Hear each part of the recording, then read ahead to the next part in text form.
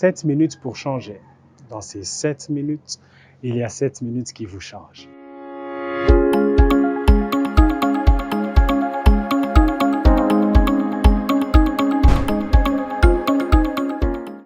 Je suis Olivier Seth. Aujourd'hui, nous abordons le premier point dans cette grande thématique qui est entre ici et là-bas.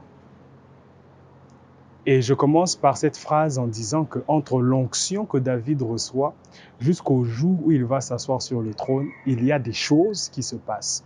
Et j'aimerais vous dire qu'entre l'appel, la découverte de ce que vous êtes, la découverte du don que Dieu a mis en vous, la découverte de ce pourquoi vous êtes venu sur la terre, il y a des choses que vous devez apprendre avant de vous asseoir définitivement sur la zone d'influence ou sur les trônes qui vous est réservé. La première des choses que vous devez apprendre s'appelle le travail. Le travail comme étant l'activité productive d'une personne. Le travail comme étant l'activité de production de quelqu'un. Et pour parler de David dans 1 Samuel chapitre 16 à partir du verset 14 jusqu'au verset 18, la Bible nous dit que David était en train de travailler, de paître le troupeau de son père. Du reste d'ailleurs, quand le prophète arrive chez eux, tout le monde est là à la maison sauf lui parce que David, on nous donne l'image de David, travailleur, un bosseur, un homme travailleur. Ici, j'aimerais nous dire ceci, et écoutez-moi très bien.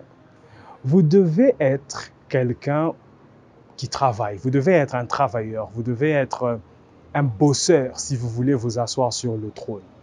Si vous voulez vous asseoir sur votre trône, si vous voulez vous asseoir sur votre zone d'influence, vous devez en travaillant ou en voulant travailler, être sûr que vous travaillez non seulement pour avoir de l'argent, mais vous travaillez pour faire grandir vos compétences. Vous travaillez pour faire grandir ce que vous avez. Vous travaillez pour fructifier ce que vous avez. Lorsque vous désirez le trône, soyez sûr que vous avez les compétences. Car avoir l'onction royale est une chose, mais avoir les compétences de la royauté en est une autre. J'aimerais que vous puissiez me suivre attentivement et me comprendre parfaitement. Les choses importantes que j'aimerais partager avec vous concernant le travail. Il y a une manière importante de fructifier son travail ou encore de rendre son travail meilleur ou encore de rendre son travail utile ou meilleur que ce qu'il a été ou encore le rendre parfait. Si vous voulez faire un bon travail, vous devez en avoir les compétences. Nombreux veulent travailler, nombreux veulent faire des travaux, nombreux soupirent à certains postes, à certaines zones d'influence, nombreux soupirent à certains trônes, certaines positions et des personnes veulent ces choses, mais peu en ont les compétences. Or, un travail n'est efficace ou encore un travail n'est accompli que lorsque les compétences suivent. Et il y a ici une chose importante que j'aimerais partager avec vous, c'est qu'il y a 3 façons de rendre votre travail ou encore de faire grandir vos compétences afin que votre travail soit meilleur. L'une des choses que vous devez faire comme David l'a fait, vous devez comprendre que le travail à lui seul est une institution. Mais pour que le travail soit bien fait, il faut en avoir les compétences. Et je vous donne 3 manières d'acquérir les compétences ou la compétence. La première des manières d'acquérir la compétence, c'est la formation. J'ai l'habitude de dire la qualité de votre école ou encore la qualité de ton école détermine la productivité de ton trône ou encore la productivité de ton travail. Si tu es passé par une mauvaise école, la productivité de ton travail sera mauvaise. Deuxièmement, votre formation. Si vous voulez faire un bon travail, vous devez avoir les compétences. Et le deuxième point, excusez-moi, dans les compétences, vous devez avoir ce qu'on appelle de l'expérience. Au-delà de l'expérience, vous devez vous faire mentorer ou encore vous faire coacher. La Bible dit que David est allé s'asseoir sur le trône, mais avant de s'asseoir sur le trône, il a passé du temps dans la maison du roi.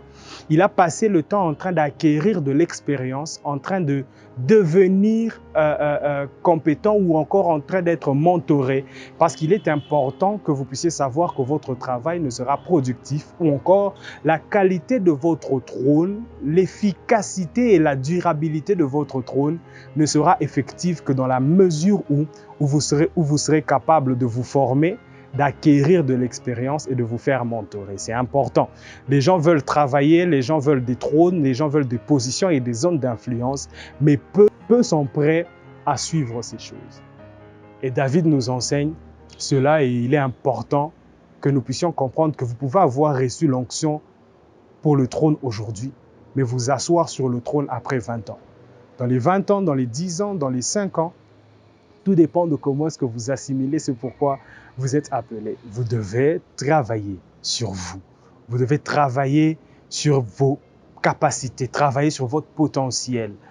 Vous devez vous battre, car d'ailleurs, le trône que Dieu a réservé pour vous et que le trône que Dieu a prévu pour vous, vous exigera toujours que vous puissiez travailler afin de vous y asseoir. Si vous ne travaillez pas, si vous ne vous formez pas, si vous ne faites pas grandir ce que Dieu a mis en vous, si vous ne travaillez pas dessus, vous ne vous assiérez peut-être jamais sur le trône que Dieu a réservé et a prédestiné pour vous.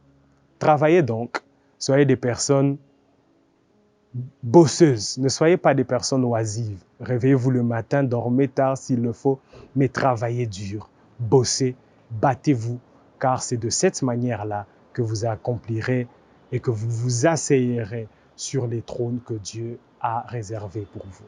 Et n'oubliez pas, dans ces 7 minutes, il y a 7 minutes qui vous changent. Je suis Olivier Seck.